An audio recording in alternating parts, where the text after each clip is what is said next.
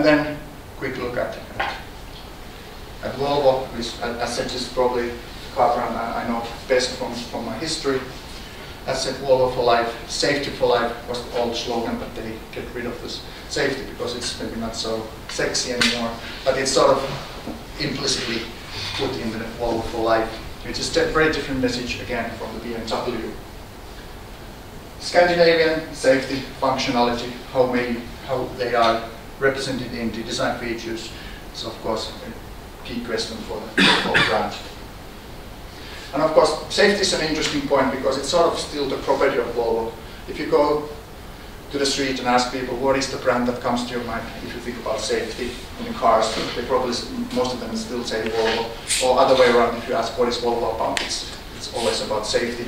And it's of course their priority. Always, everything, the new development in Volvo case starts with safety. It has to be safer than the previous model. And of course, again, as a sort of historical narrative, it's very sort of credible story because they have a long history of introducing a lot of technologies, innovations in terms of automotive safety, and they have become later as a standard in the whole industry. It's about active safety, how you can survive in a crash. It's also about passive safety. They have been very active in developing all different technologies. So this is something that you always encounter when you see some Volvo materials. And of course, it's something that then affects also the structure of the car, the design of the car underneath. But also from the surface design point of view, Volvo designers, they talked a lot about how to make also the visual design of the car look as safe as possible. For example, the shoulder lines and everything look almost like a bumper car. It looks very sort of solid, compact, and something gives you an impression that it probably is a very safe car. That's also, of course, as a very important starting point for designers.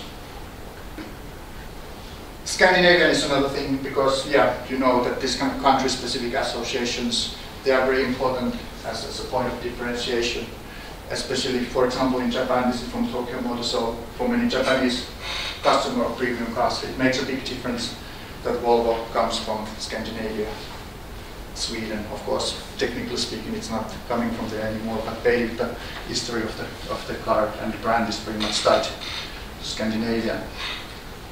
Or to talk about Swedish luxury in many contexts.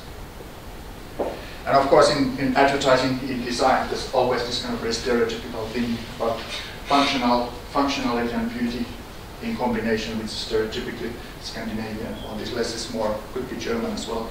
But there are very, very strong messages about Scandinavian design that we are so used to hear about. But it also sort of works as a very strong guideline for Volvo designers. Many of you probably have seen this, what is called a floating center stack that you find in well, basically in all of the modern Volvo models. It's sort of a very distinctive element. Sort of center stack, there is an empty space behind where you can store your CDs or whatever. You can almost see like a chair-like figure in this element. It's sort of functional, it's simple. It makes a lot of sense in Volvo context. It's a very typical Scandinavian piece of design, as they also say themselves. And also interesting, as said, is to make sense in a Volvo context, but if you would put this kind of element to a BMW, it would be a little bit sort of disturbing, I think. Because of course the form language in BMW is quite different. And of course, Volvo has to play with these things. If you make it plywood or sort of laminated wood, it becomes more stereotypically Scandinavian, and especially now it would be impossible to think about these elements, put it in a BMW or even not in Audi. Next one is a little bit funny, but in the C30 model a few years back, they had sort of changeable covers for some of their floating center stacks, and of course there were sort of motifs from Dalahästen, so it's very stereotypically Swedish motifs, some Scandinavian nature pictures, but you can make your experience even more Scandinavian. And interestingly, when talking about brand narrative and the whole package, the whole brand image, I think Volvo is also an interesting case because the sort of safety and Swedish background, the Swedish heritage and Scandinavian heritage, they're more or less sort of tied together in a very sort of credible way, like put by the design director of Volvo. If you consider Sweden as a caring society, what would be more caring than a Volvo car with its safety? A Swedish company couldn't design and build non-safe products knowingly, so I think that reflects Swedish society immediately. Of course, you can agree or disagree, but that's a sort of brand narrative. It seems to make quite a lot of sense. And it's not only about Volvo. To crash with the Volvo is extremely safe if you're sitting in a Saab. So they are sort of, their neighbor brand is using very much the safety as a core of their message as well. And I think it's very sort of obvious and very understandable for a Swedish brand. And taking one anecdote from the Volvo history, it was 2004, they introduced this YCC, Your Concept Car, which was a Volvo concept model that was totally designed by women and for women customers. And I think it gained quite a lot of reputation in international press. And I think it's a good example for a sort of Scandinavian brand that they have this sort of women thing as a very strong thing, because yeah, we are the equal. Sweden is an equal country, the both sexes are very equal. It sort of makes lots of sense for Volvo to have this kind of women-designed car for women. It would have been more disturbing again to have BMW designed by women for women customers. It wouldn't make sense as a part of the sort of Volvo narrative.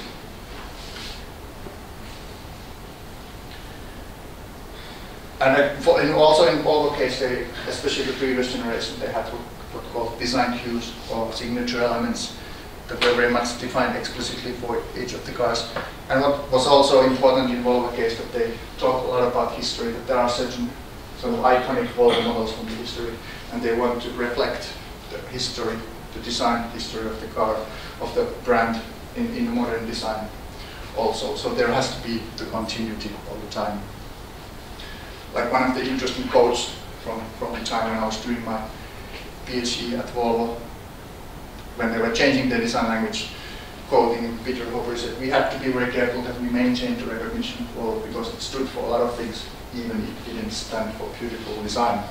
Obviously, beautiful design was something that they were aiming for when they were changing it.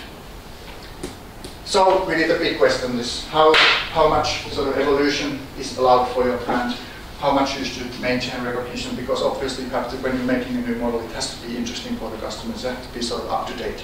You cannot make the over and over again sort of retro model. But obviously you have to see the traces of the history also in the new models. And that's what Volvo has been doing as well. If you take the previous generation from 10 years back, you can immediately see sort of humble, honest, cautious, static, which was part of the sort of Volvo design philosophy at the time.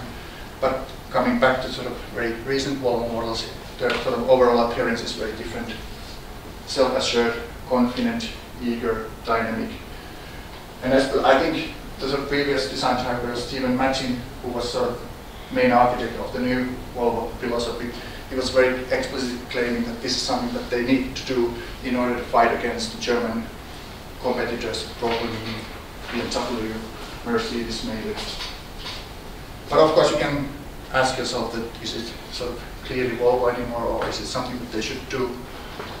Like the S60, the recent X60 model, S60, yeah, it looks like a nicely designed car, but is it sort of clearly Volvo anymore? Is Volvo sort of losing their heritage? Is this something that they should do, or are they sort of going a little bit wrong direction? Or like the sort of advertisement of the new S60, the new naughty Volvo. I think it makes a little bit, yeah, it's a little bit contradictory if you think about the Volvo and Volvo heritage. Is this something that they should do? Which I leave open for you to think about. I have a little problems with that, but yeah, it's my headache. And I also leave a little bit open this Audi part, because we already had a nice presentation about what does it mean to visually reflect push technique, as is put in your web page. It's not only the promise, but the basic philosophy drives all of your activities. You set new standards with the latest technology and innovative design. Audi cars are made for you with success and passion. So what does it mean then in your concepts and in your nice new innovative things that you create? Remember to think about that you're doing it for Audi and not for somebody else. So that was my brief talk today. So if you have any questions, comments, I'll be glad to hear some feedback. Thank you. Dankeschön.